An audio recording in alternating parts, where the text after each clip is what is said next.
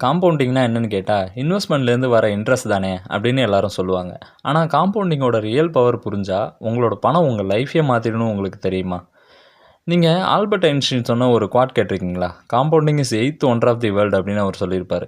யார் அத புரிஞ்சுக்கிறாங்களோ, அவங்களுக்காக பணம் வேலை செய்யும். அப்படி அத புரிஞ்சுக்கலனா, அவங்க அந்த பணத்துக்காக வேலை செய்வாங்க அப்படின்னு சொல்லியிருப்பாருங்க. இந்த வீடியோ ஃபுல்லா பார்த்து இந்த கான்செப்ட்ட புரிஞ்சுக்கிட்டீங்கன்னா, இப்போ வரைக்கும் உங்களோட இன்வெஸ்ட்மென்ட் ஜர்னிய ஸ்டார்ட் பண்ணலனா கூட, நீங்க உடனே ஸ்டார்ட் பண்ணிருவீங்க. வாங்க பார்க்கலாம். இத புரிஞ்சுக்கிறதுக்கு முதல்ல ஒரு குட்டி கதையிலேருந்து ஆரம்பிப்போங்க. ஒரு ஊர்ல ஒரு ராஜா இருந்தாரு. அதே ஊர்ல ஒரு புத்திசாலி முனிவர் ஒருத்தர் இருந்தாருங்க. அந்த ராஜாவுக்கு ஒரு பழக்கம் இருக்குங்க. இப்போ அந்த ஊர்ல யாரெல்லாம் புத்திசாலின்னு இருக்காங்களோ, அவங்களெல்லாம் கூப்பிட்டு அவங்க கூட செஸ் விளையாண்டு அவங்கள தோற்கடிச்சுட்டு அதுலேருந்து ஒரு பெருமை பட்டுப்பாருங்க. அப்படிப்பட்ட ராஜா ஒரு நாள் வந்து அந்த முனிவர கூப்பிடுறாரு, "வா செஸ் விளையாடலாம்" அப்படின்னு சொல்லிட்டு. இந்த ராஜாவும் சரின்னு ஒத்துக்கிட்டு விளையாட போறாங்க. 2 பேரும் விளையாடுறாங்க. கடைசியில பார்த்தீங்கன்னா, ஆச்சரியப்படுற மாரி அந்த முனிவர் வந்து அந்த கேம்ல வின் பண்ணிட்டாருங்க. சரி, ஓகே. நீ என்கூட ஜெயிச்சுட்ட. என்ன ஜெயிச்சுட்ட.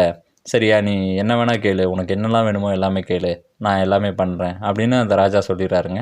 அதுக்கு அந்த முனிவர் வந்து சிம்பிளா, ராஜா எனக்கு பெருசா ஒண்ணும் வேணாம். இந்த செஸ் போர்டுல இருக்கிற கட்டத்துல 1 அரிசி, 2வதுல 2 அரிசி, 3வதுல 4 அரிசி, இந்த மாரி எவ்ரி கட்டத்துல வந்து டபுள் பண்ணிக்கிட்டே வந்து இந்த செஸ் போர்டு ஃபுல்லா குடுத்தீங்கன்னா போதும். டு 64 கட்டத்துக்கும் குடுங்க. போதும் ராஜா அப்படின்னு சொல்லிட்டுவாருங்க. ராஜா பயங்கர டென்ஷன் ஆயிடுவாரு. என்னடா நான் உன்ன விலை உயர்ந்த வைரம், வைடூரியம் அந்த மாரி கேட்க சொன்னா, நீ வந்து என்ன அரிசி கேட்ற? அதுவும் 1, 2, 4ன்னு கேட்குற. என்ன பார்த்தா காமெடியா இருக்கா? அப்படின்ற மாரி ரொம்ப டென்ஷன் ஆயிடுறாருங்க. ஆனா அதுக்கு அவரு சொல்லிடுறாரு, "இல்ல ராஜா, எனக்கு அது மட்டும் குடுங்க. அதுவே போதும்" அப்படின்னு சொல்லிடுறாரு. சரி, ஓகேன்னு சொல்லிட்டு ராஜாவும் காவலாளிங்கள கூப்பிட்டு, "சரிப்பா, அவன் கேட்டத நிறைவேத்திருங்க" அப்படின்னு சொல்லிட்டு அவரு கிளம்பிடுறாரு. ஒரு நாள் வந்து காவலாளிகள் வந்து அந்த ராஜாவிட்ட வந்து, "ராஜா ராஜா, அவரு கேட்டதுக்கு அளவுக்கான அரிசி நம்ம ராஜ்யத்திலே கிடையாது ராஜா" அப்படின்னு சொல்றாங்க. ராஜா உடனே பயங்கர ஷாக் ஆயிடுறாரு. "என்னடா சொல்றீங்க?" அப்படின்னு கேட்டா, ராஜா, "ஆமா ராஜா, அந்த அரிசி நம்ம ராஜ்யத்தில இல்லங்க, இந்த உலகத்திலே கிடையாது" அப்படின்ற மாரி சொல்றாங்க. அது எவ்வளோன்னு பார்த்தீங்கன்னா, இங்க நம்பர் உங்களுக்கு டிஸ்ப்ளே பண்றேன் பாருங்க. இது எப்படி படிக்கிறதுன்னு கூட எனக்கே தெரியலங்க.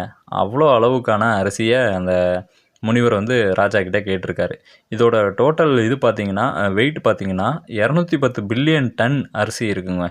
அதாவது இத ஓப்பனா சொல்லணும்னா, வேர்ல்டோட ஜிடிபியவே விட அதிகம். அதாவது இந்த உலகத்தோட சொத்து மதிப்பை விட அதிகமா எனக்கு குடு அப்படின்றத அந்த முனிவர் வந்து சொல்லாம சொல்லிட்டாருங்க. இப்ப புரியுதுங்களா? அந்த முனிவர் வந்து சாதாரணமான விஷயத்த எதையும் கேட்கல. அவருக்கு வந்து காம்பவுண்டிங்கோட பவர் தெரிஞ்சதுனால, அவரு இந்த ராஜா கிட்ட இந்த மாரி ஒரு விஷயத்த கேட்டிருக்காரு. அத புரிஞ்சுக்கிறதுக்கு அளவுக்கு ராஜாவுக்கு தான் இப்போதைக்கு அந்த பவர் தெரியாம இருந்திருக்கு. ஓகேங்களா? காம்பவுண்டிங்ன்றது ரொம்ப சிம்பிள் தாங்க. நீங்க புரிஞ்சுக்கிற அளவுக்கு தான் இருக்கும். இப்போ வருஷம் ஒரு 10,000 நீங்க இன்வெஸ்ட் பண்றீங்க. அது வந்து 10% இன்ட்ரெஸ்ட் குடுக்குது அப்டின்னா, அதோட ரிட்டர்ன் ரூ. 1000 வந்திருக்கும். ஆ 10,000மும் 1000மும் சேர்ந்து 11,000 இருந்திருக்கும். அதுவே அடுத்த வருஷம் என்ன ஆகும்னா, அந்த 11,000க்கு 10% ரூ. 1,800 வட்டி. இது வந்து 12,100 இருக்கும் செகண்ட்ல. இப்போ ஸ்டார்ட்டிங்ல இத பார்க்க ரொம்ப சாதாரணமா தாங்க தெரியும். ஆனா டைம் போக போக இது அசுர வேகத்தில ஒர்க் ஆகுங்க. நம்ம லைஃப்ல காம்பவுண்டிங்கோட பலன நம்ம அனுபவிக்கணும்னா, அதுக்கு வந்து நமக்கு டேலண்ட்டு, லக்கு, டைமிங் இதெல்லாம் தேவையே இல்லங்க. இதுக்கு தேவையானதெல்லாம் டிசிப்ளின், கன்சிஸ்டன்சி, அப்புறம் டைம் அதுக்கு குடுத்தா மட்டும் போதுங்க. நீங்க ரொம்ப ஏர்லியா ஸ்டார்ட் பண்ணீங்கன்னா, அதுவே போதுங்க. அத விட ஒரு பெரிய அட்வான்டேஜ் எதுவுமே இல்லங்க, இன்வெஸ்ட்மென்ட் ஜர்னில. அதுவே நீங்க லேட்டா ஸ்டார்ட் பண்றீங்க அப்டின்னா, அதே சேம் ரிசல்ட்டுக்கு டபுள் த எஃபர்ட்டுக்கும் மேல போட்டா கூட நீங்க அத அச்சீவ் பண்ண முடியாத மாரி ஒரு நெலைமைக்கு போயிடுவீங்கங்க. ஆனா, நமக்கு காம்பவுண்டிங்கோட முழு பலனும் கிடைக்கணும் அப்டின்னா, அதுக்கு டைம் நம்ம வந்து பொறுமையா இருக்கணுங்க. ரொம்ப பொறுமையா இருக்கணும். அதோட இத ஃபுல்லா புரிஞ்சுக்கணும்னா, இப்போ ஒரு வெப்சைட்ல போயிட்டு ஏதோ ஒரு எஸ்ஐபி கால்குலேட்டர் வந்து ஓப்பன் பண்ணிக்கிறேங்க. இதில வந்து பார்த்தீங்கன்னா, நமக்கு அமௌண்ட் வந்து ஒரு ரூ. 1000 செட் பண்ணிக்கிறேன். ரூ. 1000 செட் பண்ணிட்டு, இயர்ஸ் மட்டும் வந்து நான் வந்து இப்போ 50 இயர்ஸ் குடுக்குறேன். 50 இயர்ஸ் குடுக்குறேன். இப்போ பார்த்தீங்கன்னா தெரியும் உங்களுக்கு. தெளிவா பாருங்க. இந்த கிராஃபோட இத மட்டும் பாருங்களேன். இப்போ நீங்க பார்த்தீங்கன்னா, ஒரு 20 இயர்ஸ்ல பார்த்தீங்கன்னா, உங்களுக்கு வெறும் 6,00,000 அவ்வளோதான் வந்திருக்கும். 6,79,000 வந்திருக்குது கிட்டத்தட்ட. அதுவே பார்த்தீங்கன்னா, இப்போ 25த் இயர் பார்த்தீங்கன்னா, அதுவே 14 லேக்ஸ் இருக்கும். இந்த 6,00,000 அப்படியே இன்க்ரீஸ் ஆயிடுச்சு பாருங்க. 25த் இயர்ல. அதுவே நீங்க வந்து ஒரு 40லலாம் பார்த்தீங்கன்னா பாருங்க, 93,00,000 இருக்கு. அதுவே 41ல பாருங்களேன், 93லேருந்து சடனா 1,00,00,000க்கு மேல போயிடுச்சு. இப்போ நீங்க இந்த லாஸ்ட் இயர் பாருங்கள், 50th இயர் பார்த்தீங்கன்னா 3 crores இருக்கும்.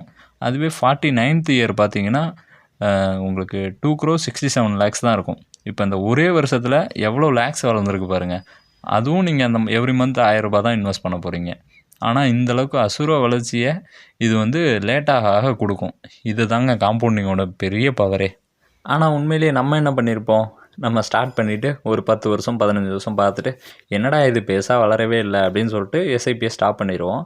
இல்லைனா இன்வெஸ்ட்மெண்ட்ஸை அப்படியே பண்ணாமல் விட்டுருவோம், இல்லை பண்ணதை எடுத்துருவோம். இது தாங்க நம்ம பண்ணியிருப்போம். இதுதான் நம்ம பண்ணுற பெரிய தப்பே. 500 ரூபாய் 1000 ரூபாய் எஸ்ஐபி ரொம்ப சின்ன அமௌண்ட்டாக தெரிஞ்சாலும் எவ்வளோ ஏர்லியாக ஸ்டார்ட் பண்ண ஆரம்பிக்கிறோமோ அவ்வளோ ரொம்ப பெருசாக வளருங்க. அதுக்கான டைமை மட்டும் நம்ம கொடுத்தாவே போதும். ஆனால் என்ன நடக்கும், ரியலாக 95% மக்கள் வந்து காம்பவுண்டிங்கில் ஃபெயில் ஆகிறதுக்கு முக்கியமான ரீசன்ஸே இது தான்.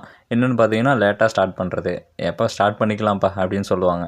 இல்லைனா வந்துட்டு ஸ்டார்ட் பண்ணதை மார்க்கெட் லேசாக விழுந்தால் போதும் உடனே ஸ்டாப் பண்ணிடுவாங்க, எஸ்ஐபியை ஸ்டாப் பண்ணிடுவாங்க. உண்மையிலேயே மார்க்கெட் விழும்போது தான் வாங்கணும். ஏன்னா 100 ரூபாய்க்கு கிடைக்கிற ஒரு பொருள் 80 ரூபாய்க்கு கிடைக்குதுன்னா 20% ஆஃபரில் கிடைக்குது, அப்போ தான் நம்ம வாங்கணும். ஆனால் நம்ம என்ன பண்ணுவோம், பயத்தில் எஸ்ஐபியை ஸ்டாப் பண்ணிடுவோம். அதுவும் சில பேர்லாம் இப்போ விற்றுட்டு போயிடுவான்.